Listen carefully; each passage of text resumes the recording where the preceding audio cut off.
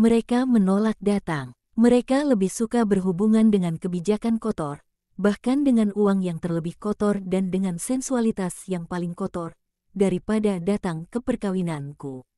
Mereka lebih suka perhitungan-perhitungan licik, konspirasi-konspirasi, konspirasi-konspirasi kotor, perangkap, kejahatan. Aku mengutuk semua itu dalam nama Allah. Sebagai konsekuensinya suara yang berbicara dan pesta kemana mereka diundang, dibenci oleh mereka. Mereka yang membunuh para hamba Allah harus dicari di antara orang-orang ini. Para nabi adalah mereka yang bertindak sebagai para hamba hingga sekarang. Para muridku adalah mereka yang bertindak sebagai para hamba sejak dari sekarang hingga seterusnya.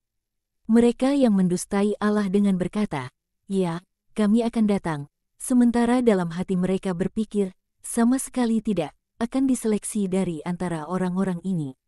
Semuanya itu ada di Israel. Dan Raja Surgawi akan mengutus untuk mengumpulkan di persimpangan-persimpangan jalan mereka yang bukan kawan, bukan para pembesar, bukan sekutu, melainkan hanya orang-orang yang lewat, supaya putranya dapat menikmati perayaan perkawinan yang pantas. Dan melalui aku sang putra dan hamba Allah, pengumpulan itu telah dimulai. Mereka akan datang, siapapun mereka, dan mereka sudah datang. Dan aku membantu mereka menjadi bersih dan berpakaian layak untuk pesta perkawinan. Tetapi akan ada seseorang, yang untuk celakanya sendiri, akan menyalahgunakan juga kemurahan hati Allah, yang memberinya wangi-wangian dan pakaian-pakaian rajawi guna membuatnya tampak seperti bukan dia yang sebenarnya. Yakni, seorang yang kaya dan layak, dan dia akan mengambil keuntungan memuakkan dari kemurahan hati yang sedemikian itu untuk membujuk rayu dan mendapatkan keuntungan. Seorang individu dengan jiwa yang jahat, yang didekap oleh gurita menjijikkan dari segala kejahatan, dan dia akan menyelewengkan wangi-wangian dan pakaian-pakaian guna memperoleh suatu keuntungan ilegal, sebab dia tidak akan mempergunakannya untuk perkawinan sang putra, melainkan untuk perkawinannya sendiri dengan setan. Semuanya itu akan terjadi, sebab banyak yang dipanggil tetapi sedikit mereka, yang tahu bagaimana memelihara diri dalam panggilan mereka, yang dipilih.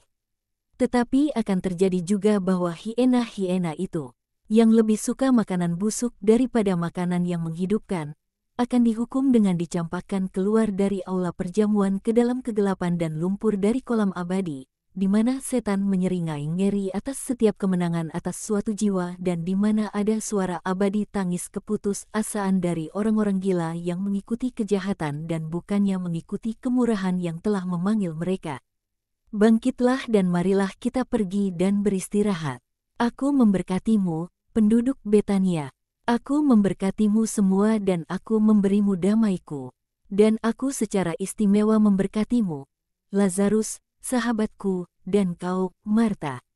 Aku memberkati para muridku yang lama dan yang baru, yang akan aku utus ke dalam dunia untuk mengundang orang-orang ke perkawinan raja.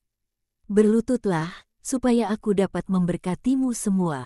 Petrus, panjatkanlah doa yang aku ajarkan kepadamu, dan daraskanlah di sini, dengan berdiri di sampingku. Sebab demikianlah bagaimana doa itu seharusnya dipanjatkan oleh mereka yang ditakdirkan oleh Allah untuk tugas itu. Mereka semua berlutut di atas jerami. Hanya Yesus dan Petrus yang tetap berdiri. Yesus, sebab ia tinggi, kelihatan sungguh tampan dalam jubah linennya, dan Petrus, dalam jubah coklat gelapnya, sangat tergerak hatinya, memanjatkan doa, dengan nyaris gemetar, dalam suara yang meski tidak merdu namun jantan, dengan sangat perlahan-lahan sebab khawatir kalau dia membuat kesalahan. Bapa kami, isak tangis dari para laki-laki dan perempuan dapat terdengar. Marjiam, yang berlutut tepat di depan Maria yang menggenggam tangannya yang terlipat dalam doa, menatap pada Yesus dengan seulas senyum bak malaikat dan berkata dengan suara lirih, "Lihat, Bunda, betapa menawannya dia. Dan betapa menawannya juga Bapakku. Aku serasa berada di surga. Akankah ibuku ada di sini, melihat?" Dan Maria, dengan sebuah bisikan yang berakhir dengan sebuah ciuman, menjawab, "Ya, sayangku. Dia di sini." Dan dia tengah mempelajari doanya. Dan bagaimanakah denganku? Akankah aku mempelajarinya? Dia akan membisikkannya pada jiwamu sementara kau tidur, dan aku akan mengulanginya untukmu pada waktu siang.